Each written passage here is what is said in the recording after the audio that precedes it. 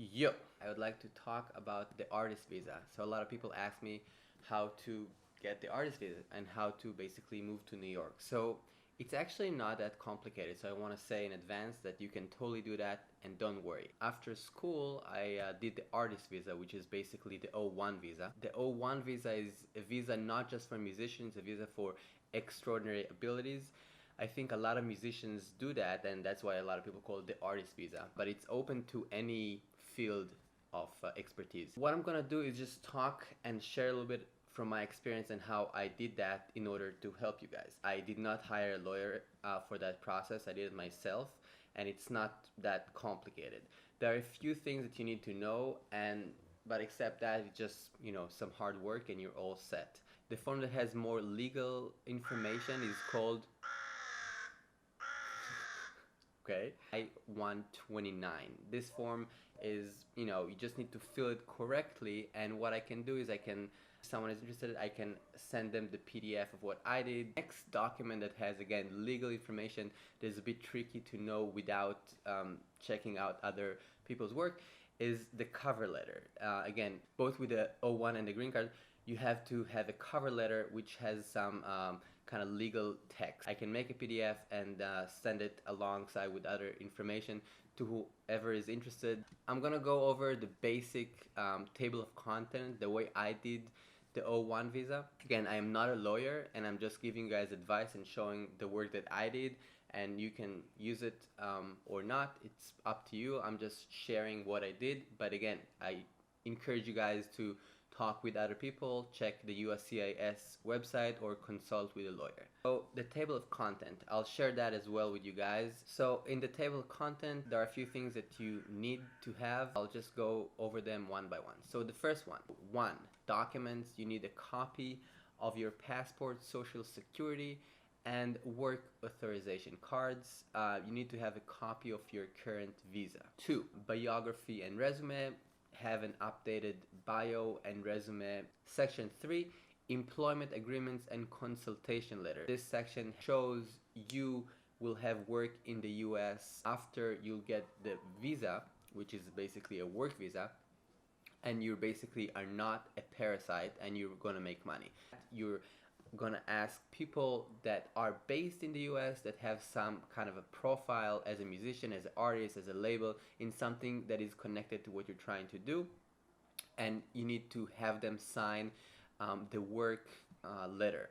Whoever signed the employment letter for you, they as a US citizen don't have any risk, so they can just sign the letter and you're all good, but they from their side don't have any risks. The AFM consultation letter is basically a body that is stating that your profile and the whole application is valid. I mean, basically in the US there is it's called AFM. It could be a different organization. There are a few options. This is the one that everybody uses. You just take the folder there, you pay them a few $100. I think it's around $300. It takes them a few days or a week or something like that to review the folder, and they say it's okay, assuming you have all the documents. But you need the AFM, the consultation letter, in order to submit to the USCIS. For album agreements, again, it could vary. If you don't have an album, you could maybe do something else. But what I did was album agreements, production, publishing, and master recording. Recommendation letter. This is an important section of the portfolio. You need to have recommendation letters from people in the industry saying you're amazing. Not just you're amazing, you're so good and you're important to the industry on a crazy, crazy level. So when I sent the O-1 visa, I had, I think, about 13 letters that I sent. I can show you one example for a letter that someone wrote for me. And again, it's very, very over the top. It should be that way, and it's very important to use like a very, very big and enchanting words. So you're sounding like the best human that ever played a note in the universe. University degrees, whatever schools you finished, additional supporting material, so 1, awards and additional recording. I included different awards I got for playing music, and also additional recording, like maybe some workshops I did, radio recording, different things of that nature. Live show flyers, just add a lot of flyers that you played different shows. Now, a lot of them I had flyers, but I definitely found quite a few that I didn't have a flyer, but I definitely played a show, so I made a flyer using the information that was correct. The show, the time, etc., etc. So again, you can totally use shows that happened and add the flyer so it looks great. Then I added online features and pictures from live shows. Literally good pictures that people took, and I just put the picture and mentioned where was it played. I might have mentioned later on as well what's the importance of the venue. So let's say it was a festival, or it was at Smalls, or it was in different jazz places, or whatever the venue was, and I mentioned, okay, Smalls is important because blah blah blah.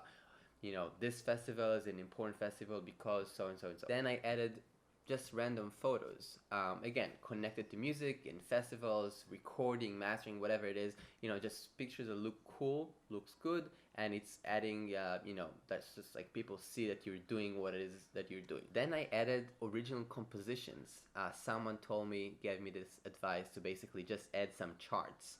I don't know if they can read music, probably not, but it looks cool, and you want your application to be as good as possible. Itinerary for 36 months. Again, I submitted my O-1 visa a few years ago, about 4 years ago, I believe. So at that point of time, there was a request to have a 36 months itinerary. That's 3 years. That's very hard, of course. It was hard to know exactly what will happen in 3 years. I had some things that I had, but not everything. But I wrote an itinerary for 3 years. I don't think a lot of people playing music have a real itinerary for 3 years, but this is what the USCIS asked for, and I tried to do my best. And the last section, scholarships. So all the scholarships I got in school, I found the names, you know, specifically, and just added that to the portfolio. If you guys want, I can send you the table of content as a PDF. I can send you a few additional materials like the letter and the different things that might be helpful. You can send me an email to rotemsivan@gmail.com. I hope this is helpful. I know it's a process and it's very stressful, but I would say don't worry. You can totally do that. Again, what I would do is ask my friends, ask people who've done it before, have them sit down with you, explain them how they did that. If they can also show you their portfolio, that's also really helpful. I don't think you really need a lawyer, but you can. It's an option. It's totally cool. I hope this video helps a little bit. I think it's very, very possible for anyone that does music full-time and seriously to do the O-1 visa. And again, what you need to show is very, very clear. It's specific things. It's not too over the top. It might take you a few weeks to get the letters and all of that understanding, but I really think it's possible, and I would encourage you to come to New York. And thanks again for watching. Please subscribe, say hi, bye.